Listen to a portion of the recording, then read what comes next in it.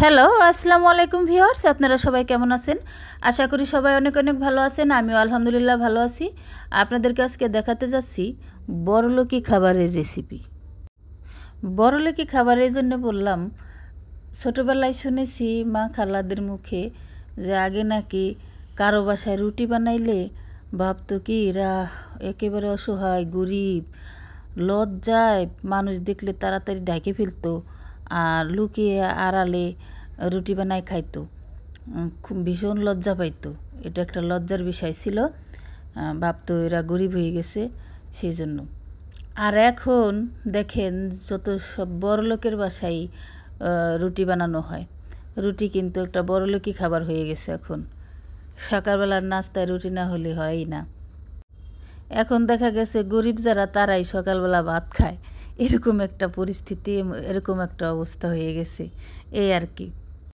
তো যাই হোক, আপনারা কার বাসায় কি সকালবেলা খান আমি জানি না, তবে আমার বাসায় প্রত্যেক দিনই সকালবেলা রুটি হয়, রুটি চাপড়ি এগুলাই হয়, ভাত সকালবেলা খাওয়া হয় না। তো আজকে সকাল সকাল ঘুম থেকে উঠে যদিও রুটি বানিয়ে খেয়ে আপনাদের সাথে কখনো শেয়ার করিনি, তো আজকে ঘুম থেকে উঠেই রুটি বানাতে বসে গেছি। ভাবলাম তো আপনাদের সাথে একটু শেয়ার করি, সাথে সাথে একটু গল্পও করি। তো আমার বাসায় যে কিচেনের অবস্থা, আমার কিচেনে যেখানে রান্না করি সেখানে ওয়ালের অবস্থা ভীষণই একেবারেই খারাপ। একেবারে ওই কী বলে ওইটুক তো আর টাইলস করা হয়নি, সেজন্য ওই রান্না করার সময় বাষ্প যে ধোয়া যে দেখা গেছে ওয়ালটা একেবারে কালো কালো হয়ে গেছে। সেজন্য ওখানে ভিডিওর কোয়ালিটিটা অতটা ভালো আসে না। তারপরে হচ্ছে রুমের মধ্যে একেবারেই অন্ধকার, লাইট আছে যদিও, তারপরও লাইটের আলো ছাড়া কিন্তু বাহিরের আলোটা বেশি ভালো লাগে। তো এই যে জায়গাটায় আমি ইদানিং ভিডিও করছি, এটা কিন্তু আমার রান্নাঘর না, এটা হচ্ছে আমার ঢেকির পার যেটাকে বলে। এই পাশে আমার ঢেকি আছে, যদিও ঢেকির উপর দিয়ে অনেক কিছু রাখা হয়েছে সরঞ্জামি, সেই জন্য এই পাশটার ভিডিও করা হয় না, দেখাই না। শুধু যেটুকু বসে রান্না করি, দেখলাম এইখানে একটু বাইরের খোলামেলা আবহাওয়া, পরিবেশটা ভালো লাগে, সেই জন্য এই ইন্ডাকশন চুলা টুলা এখানে এনে ফ্যান ট্যান সেট করে তারপরে হচ্ছে গিয়ে আপাতত এখানে আমি ভিডিও করছি। আর এই যে আমার পিছনে দেখছেন রান্নাঘরটা কিন্তু আমার রান্নাঘর, ভিতরে মাটির চুলা আছে। তো এখানে সবচেয়ে মূল কথা হচ্ছে আমার সেরকম চুলায় রান্না করা হয় না, ঘরে মধ্যে ইন্ডাকশনে রান্না করি বেশিরভাগ, তারপর হচ্ছে গ্যাসে রান্না করি। সারা জীবন এটাই অভ্যাস। এখন কি করব বলেন, এতদিনের অভ্যাস তো আর ছাড়তে পারতেছি না। যদিও আমার চুলায় রান্না করতে ভালো লাগে, তো আমার একটা প্রবলেম আছে, সেটা হচ্ছে আমি গরমে খুব কাতর। গরমে আমি একেবারে অস্থির হয়ে যাই। দেখেন আমি ইন্ডাকশনে রান্না করতেছি, তাও আমি এখানে ফ্যান লাগিয়ে নিয়েছি।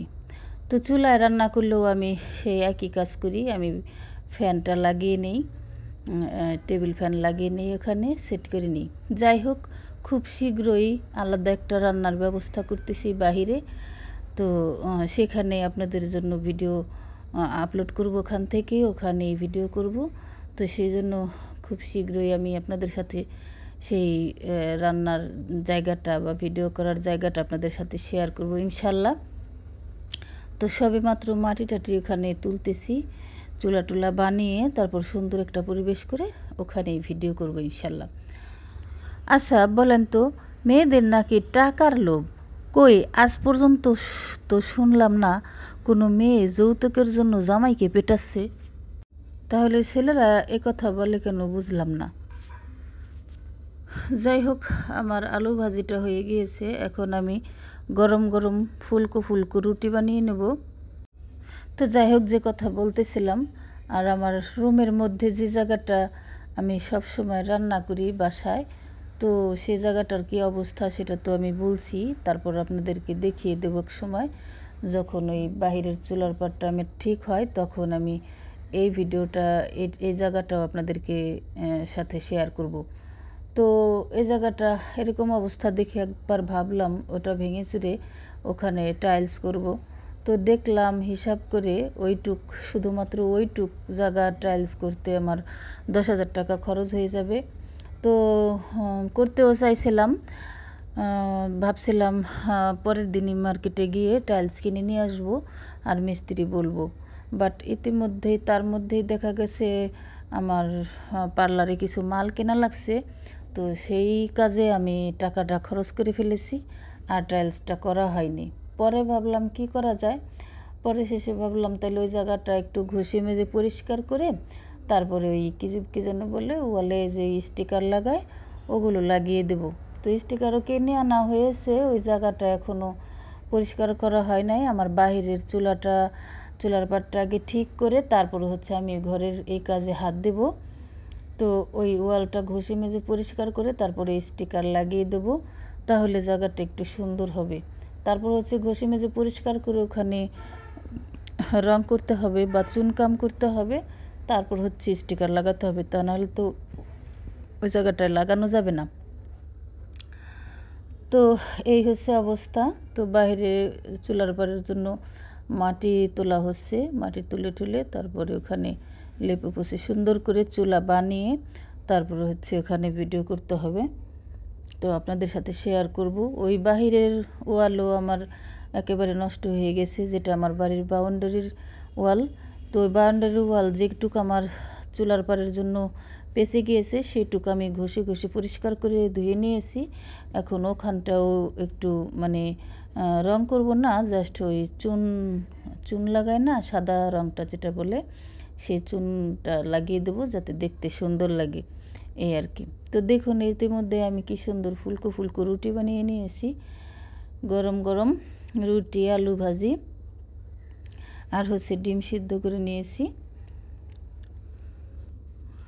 তো বন্ধুরা, আমার আজকের ভিডিওটি আপনাদের কাছে কেমন লেগেছে অবশ্যই কমেন্ট করে জানাবেন। আপনাদের কমেন্ট পড়তে আমার খুবই ভালো লাগে, আমি চেষ্টা করব আপনাদের প্রত্যেকটি কমেন্টের রিপ্লাই দেওয়ার জন্য। তো দেখুন আজ তাহলে এই পর্যন্তই, পরবর্তী নতুন কোনো ভিডিও নিয়ে আপনাদের মাঝে হাজির হব। সেই পর্যন্ত আপনারা সবাই ভালো থাকবেন, সুস্থ থাকবেন, আমার জন্য সবাই দোয়া করবেন। আল্লাহ হাফিজ।